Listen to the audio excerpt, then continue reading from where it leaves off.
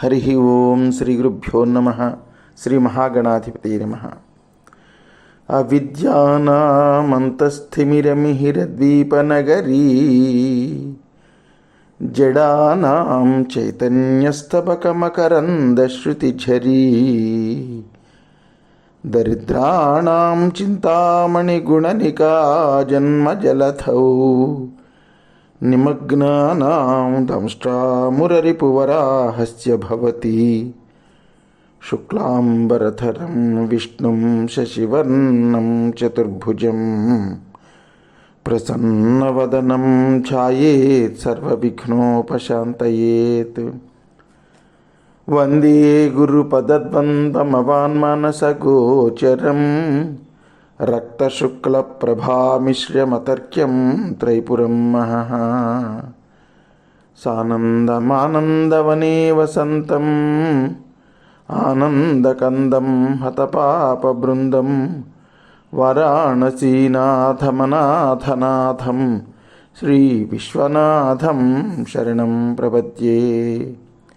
విశ్వేశం మాధవం ఢుంఢిం దండపాణిం చ భైరవం వందే కాశీం గుహాం గంగాం భవానీం మణికర్ణికాం.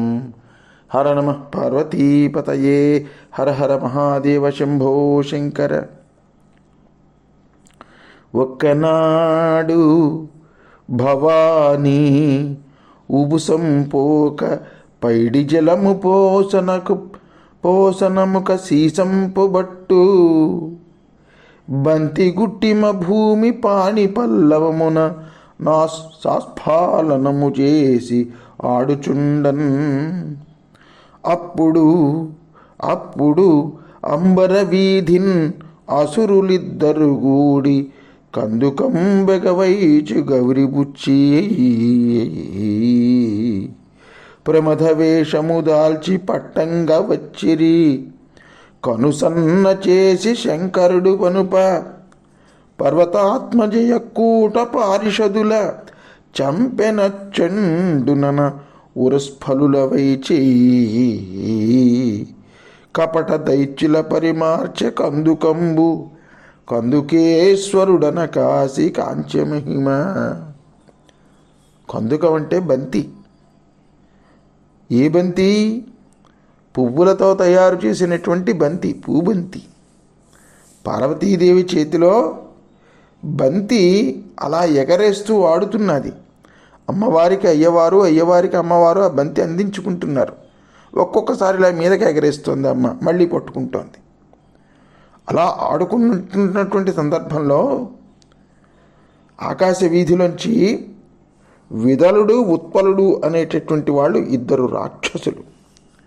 ఆ రాక్షసులు చతుర్ముఖ బ్రహ్మగారి గురించి బ్రహ్మాండమైనటువంటి తపస్సు చేసినటువంటి వాళ్ళై బ్రహ్మగారు ప్రత్యక్షమై, నాయనలారా మీ తపస్సుకు మిచ్చానర్రా, మీకేం వరాలు కావాలో కోరుకోండి అని అంటే వాళ్ళు అడిగినటువంటి వరం ఆడదానితో కానీ మగవాడితో కానీ ఆయుధాలతో కానీ గాలిలో కానీ గాలితో కానీ నురుగుతో కానీ ఎండతో కానీ మాకు మరణం లేనటువంటి వరం కావాలి అని కోరుకున్నారు. ఎంతైనా చాలా తెలివైన వాళ్ళు లేండి వాళ్ళు, రాక్షసులు. వాళ్ళు చాలా తెలివైన వాళ్ళు అని వాళ్ళు అనుకుంటూ ఉంటారు. బ్రహ్మగారికి తెలియదు ఆ వరాలు ఇచ్చేటప్పుడు వీళ్ళు ఇన్ని వరాలు అడుగుతున్నారంటే అందులో ఏదో ఒక లోపం ఉంటుంది. ఆ లోపం వల్ల వీళ్ళు నిహతులు అవుతారని ఆయనకి తెలిసే ఇస్తారు వరాలు. సరే, బ్రహ్మగారు వాళ్ళు అడిగినటువంటి ఆ వరం ఇచ్చారు. వీళ్ళు పార్వతీదేవి చేతిలో బంతి ఎగరేసుకుంటూ ఆడుకుంటున్నటువంటి ఆ సందర్భంలో వరగర్వంతో మిడిసిపడుతున్నటువంటి ఈ ఇద్దరు రాక్షసులు ఆకాశంలో వెళుతున్నారు. అలా వెళుతున్నటువంటి వాళ్ళిద్దరూ కూడా ఆకాశంలో వెళుతూ కందకముతో అంటే బంతితో ఆడుకుంటున్నటువంటి త్రైలోక్య సుందరి అయినటువంటి అమ్మని చూశారు. వాళ్ళు రాక్షసులు, పైగా వరగర్వంతో ఉన్నారు. వాళ్ళు దేవిని చూసి కామవశులైపోయారండి. వాళ్ళ దగ్గర రాక్షసమాయలు ఉంటాయి కదూ, శాంబరీ మాయ అని ఒకటి ఉంది. ఆ శాంబరీ మాయతో వాళ్ళు శివపార్షద రూపాలు ధరించి ఆకాశం నుంచి కిందికి దిగి పార్వతీదేవి దగ్గరికి చేరారు. ఇదంతా చూస్తున్నాడు మహాదేవుడు, గమనిస్తున్నాడు. గమనించినటువంటి మహాదేవుడైనటువంటి శంకరుడు గమనించి పార్వతీదేవికి కన్నుతో సైగ చేశాడు. ఒక్కొక్కసారి ప్రేయసీ ప్రేమికులు వాళ్ళిద్దరూ కూడా కళ్ళతో మాట్లాడుకుంటూ ఉంటారు. ఎంతమంది జనం ఉండనివ్వండి, 1000 మంది 1,00,000 మంది జనం ఉన్నా సరే వాళ్ళిద్దరూ కళ్ళతో మాట్లాడుకుంటుంటారు. దూరంగా ఉన్నా సరే వాళ్ళ మాటలు వాళ్ళకే అర్థమవుతాయి. పార్వతీదేవికి మహాదేవుడు కనుసైగ చేశాడు. అమ్మకి అర్థమైంది ఏం చేయాలి, ఎందుకు ఈ సైగ చేశాడు ఏమిటి అని.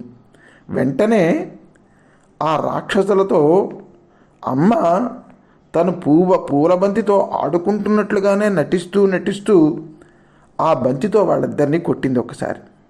అంతే. ఆ రాక్షసులిద్దరూ కూడా వెంటనే డభేల్మని పెద్ద శబ్దం వచ్చింది. ఆ శబ్దం చేస్తూ పేలిపోయి నేల మీద కూలబడిపోయారు. అమ్మ ఏ బంతితో అయితే కొట్టిందో ఆ బంతి, దానిని కందుకము అని అంటారు మీరు కదా, చెప్పుకున్నాం. కందుకం అంటే బంతి.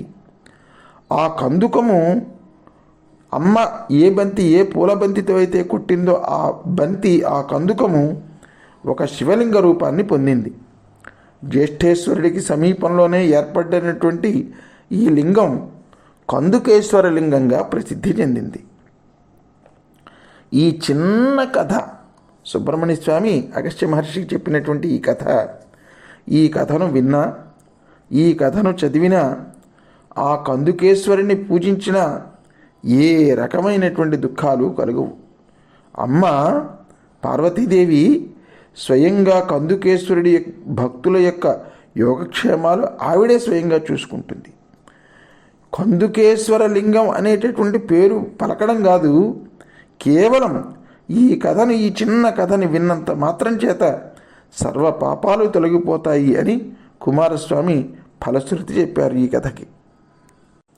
ఈ కథ చెప్పిన తర్వాత కుమారస్వామి జ్యేష్ఠేశ్వరుడికి సమీపంలో జరిగినటువంటి ఒక పరమ ఆశ్చర్యకరమైనటువంటి ఒక లీల ఒకటి ఉన్నదయ్యా అగస్త్య, ఒక విచిత్రకరమైనటువంటి సంఘటన ఒకటి ఉన్నది, వినండి అగస్త్య మహర్షి అని ఆ కథను చెప్పడం ప్రారంభించాడు.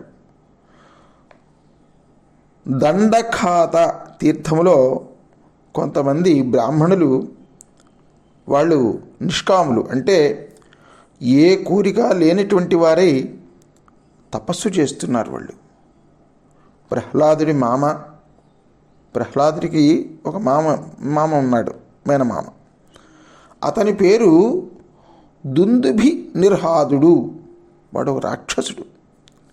బ్రహ్మగారి గురించి తపస్సు చేశాడు, అవధ్యత్వవరాన్ని పొందాడు. వాడి కోరిక ఏమిటి అంటే లోకంలో ఉన్నటువంటి భోగ్యములైనటువంటి వస్తువులన్నింటినీ నేనే అనుభవించాలి, ఇంకొకడు ఈ భోగ్యజాతాన్ని అనుభవించడానికి వీలు లేదు అనేటటువంటిది వాడి సంకల్పం అది.